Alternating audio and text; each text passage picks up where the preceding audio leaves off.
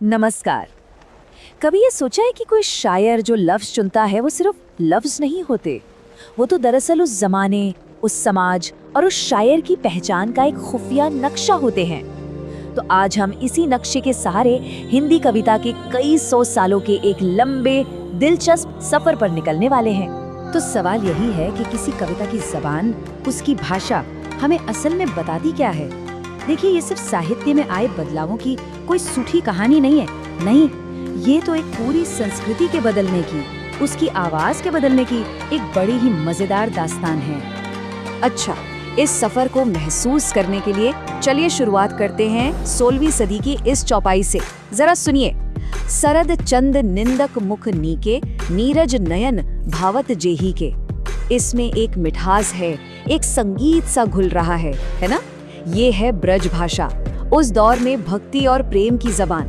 इसके शब्द इतने मुलायम और मीठे होते थे कि वो सीधे दिल में उतर जाते थे। और अब जरा इसे सुनिए। तुलसीदास की उस मिठास से एकदम अलग। यहाँ फारसी और अरबी शब्दों का एक घना जंगल सा है। जबान बहुत मुश्किल है, दरबारी है। मतलब कुछ ही सदियों में शायरी की आवाज कितनी ज्यादा बदल गई। जमीन आसमान का फर्क, और यही टकराव हमारी आज की पड़ताल का केंद्र है। तो चलिए इसमें और गहरे उतरते हैं। हम देखेंगे कि एक कविता की असली जबान क्या होती है। पहले मिले जुले शेर से लेकर ब्रज भाषा के उस मीठे तौर तक का सफर करेंगे, और फिर उस दौराहे पर पहुंचेंगे जहां से हिंदी और उर्दू की राहें कुछ अलग होने लगी। हम एक नई आवाज की तलाश करेंगे और आखिर में ये भी समझेंगे कि ये शब्द इतने मायने रखते ही क्यों हैं। तो सबसे पहली और सबसे जरूरी बात, एक कविता की असली जबान है क्या?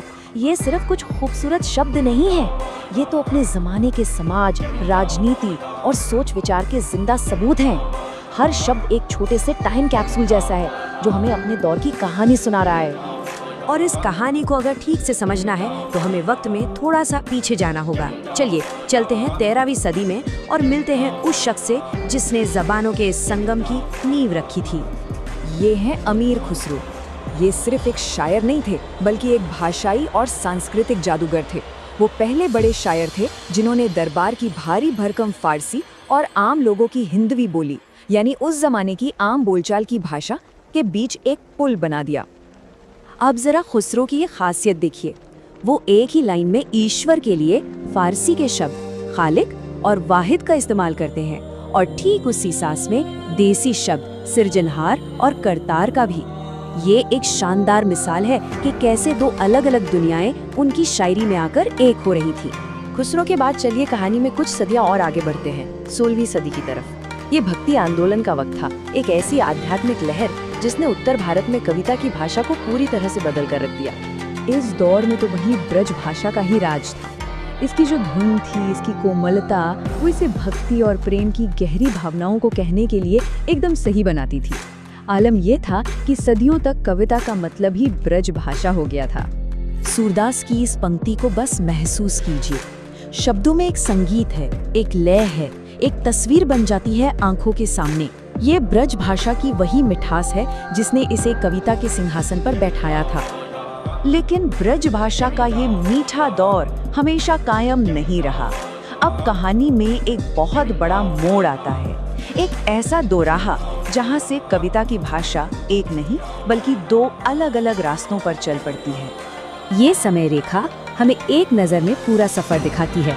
देखिए हम कहां से चले थे और कहां पहुंचे। खुसरो की मिली जुली हिंदवी से लेकर भक्ति कवियों की ब्रज भाषा, और फिर 19वीं सदी में गालिब और 20वीं सदी में मैथिली शरण गुप्त के साथ भाषा का नया रूप सामने आया। तो हुआ क्या? समझिए कि एक ही रास्ते से दो पगडंडियां निकल गईं। एक रास्ता उस भाषा की तरफ गया जो बाद में उर्दू कहलाई। ये दरबारों की भाषा थी जिसमें फारसी और अरबी का बहुत गहरा असर था।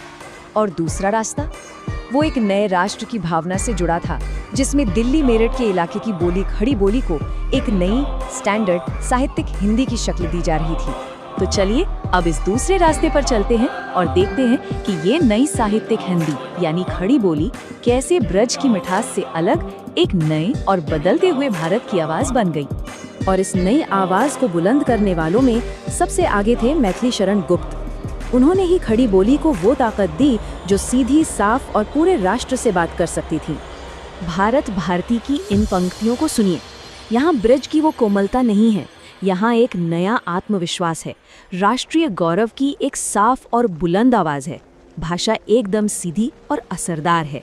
तो खुसरो की मिली-जुली ज़बान से लेकर गुप्त जी की इस बुलंद खड़ी बोली तक इस पूरे सफ़र का आखिर मतलब क्या निकलता है? ये सब क्या दिखाता है?